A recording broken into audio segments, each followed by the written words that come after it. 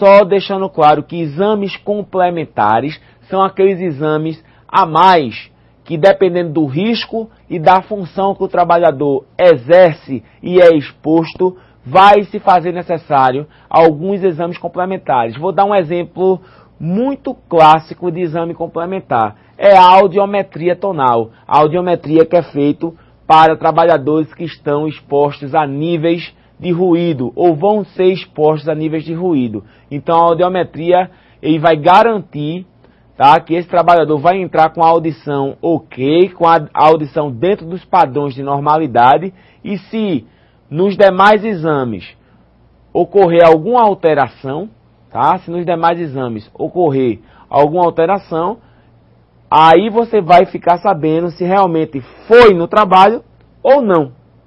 Então, para isso existem os exames complementares. A estrutura do PCMSO, tá?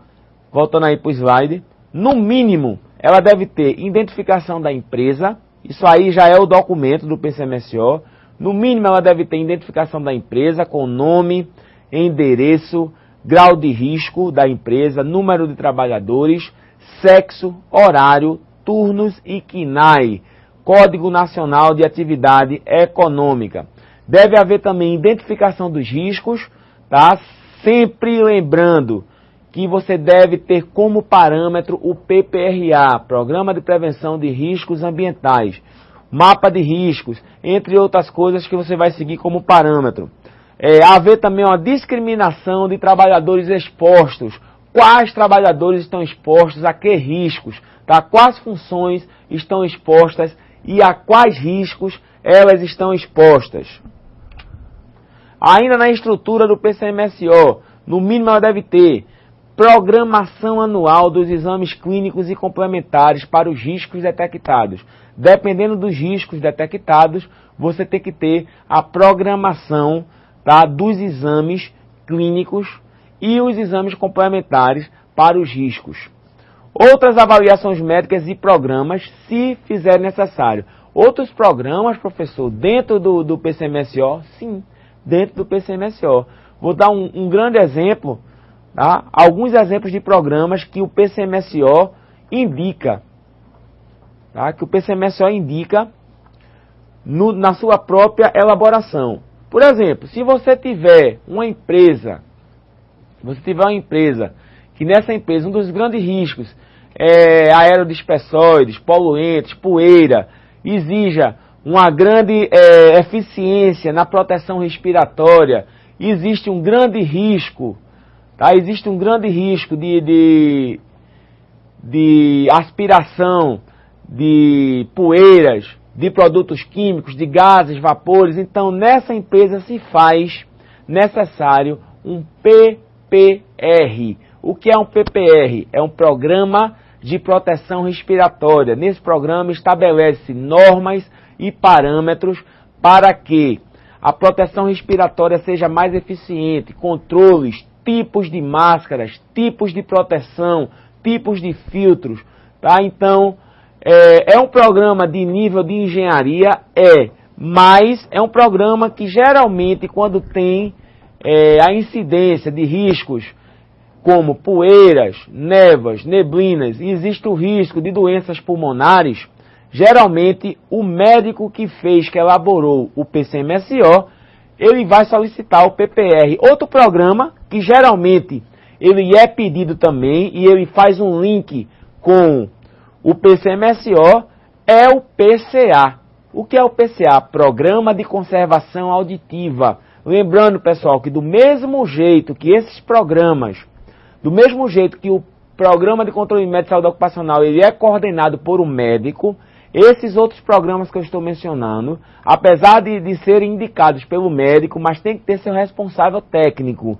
O responsável técnico do PPR geralmente é o engenheiro, segurança do trabalho. O responsável técnico do PCA, Programa de Conservação Auditiva, ele tem que ser um fonoaudiólogo, tá certo? Geralmente é um fonoaudiólogo que assina o PCA. O fonoaudiólogo tem as diretrizes que vão ser necessárias, implementação de palestras educativas, controles existe um controle mais efetivo, as perdas auditivas já detectadas, então um acompanhamento melhor. Então isso é que compõe o PCA, Programa de Conservação Auditiva. Existem outros programas, tá, que fazem parte do PCMSO, que integram o PCMSO. O PPRE, por exemplo, Programa de Prevenção de Riscos Ergonômicos, quando se tem um grande problema com posturas inadequadas, com ambiente inadequado, problemas ergonômicos, ergonomia,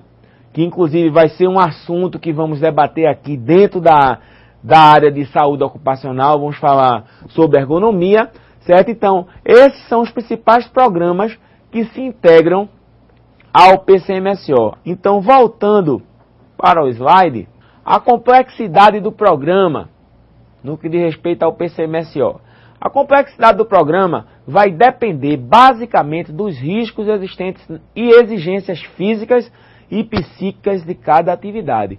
Então, só como exemplo, um PPRA feito para uma empresa de informática, de 10 funcionários mais ou menos, de 10 funcionários para uma empresa de informática, o pessoal que só tem atividades mais leves, vai ser bem diferente, tá, da complexidade de um programa feito para uma construtora, tá, uma construção civil, que trabalha, por exemplo, com trabalho em altura e outras coisas mais, outros riscos. Então, com certeza, vai ser bem mais complexo para um grau de risco maior, tá certo? Para uma empresa que tenha mais funcionários, mais riscos, do que uma empresa menor, com grau de risco menor. Então, isso vai variar muito. Tem PCMSOs que tem aí 20 folhas, 21 folhas, tá? Eu já vi PCMSO de 50, 100 folhas. Dependendo, cada caso é um caso, tá? Um programa pode se resumir apenas em avaliações clínicas bienais em trabalhadores não expostos a riscos na faixa etária de 18 a 45 anos. Ele quer dizer o seguinte: em programas de algumas empresas que não têm tantos riscos, tá certo? Tantos agravantes. Então, para trabalhadores que vão estar na faixa etária de 18 até 45 anos, os exames médicos periódicos, por exemplo, eles vão ser exigidos a cada 2 anos, tá certo? A cada 2 anos. Vão ser obrigatórios a cada ano para menores de 18 anos e maior de 45 anos. Então, o exame periódico, a periodicidade do exame vai ser definida por alguns fatores. O primeiro fator são os riscos expostos, tá? A intensidade desse risco, a idade desse trabalhador e a complexidade da atividade que esse trabalhador desempenha. Então, geralmente, esses fatores é que vão definir a periodicidade desses exames, tá? De quanto em quanto tempo esse exame vai ser feito. E quem é que vai definir isso, professor? É o médico coordenador. O médico coordenador é que vai determinar e definir de quanto tempo vai ter que ser feito essas avaliações, esses exames, tá? Seguindo aí o nosso slide, você tem aí o desenvolvimento do PCMSO. No desenvolver do PCMSO, o PCMSO, ele é um documento, tá certo? E tem alguns campos obrigatórios. E no desenvolvimento dele, você vai ter aí a inclusão obrigatória dos seguintes exames.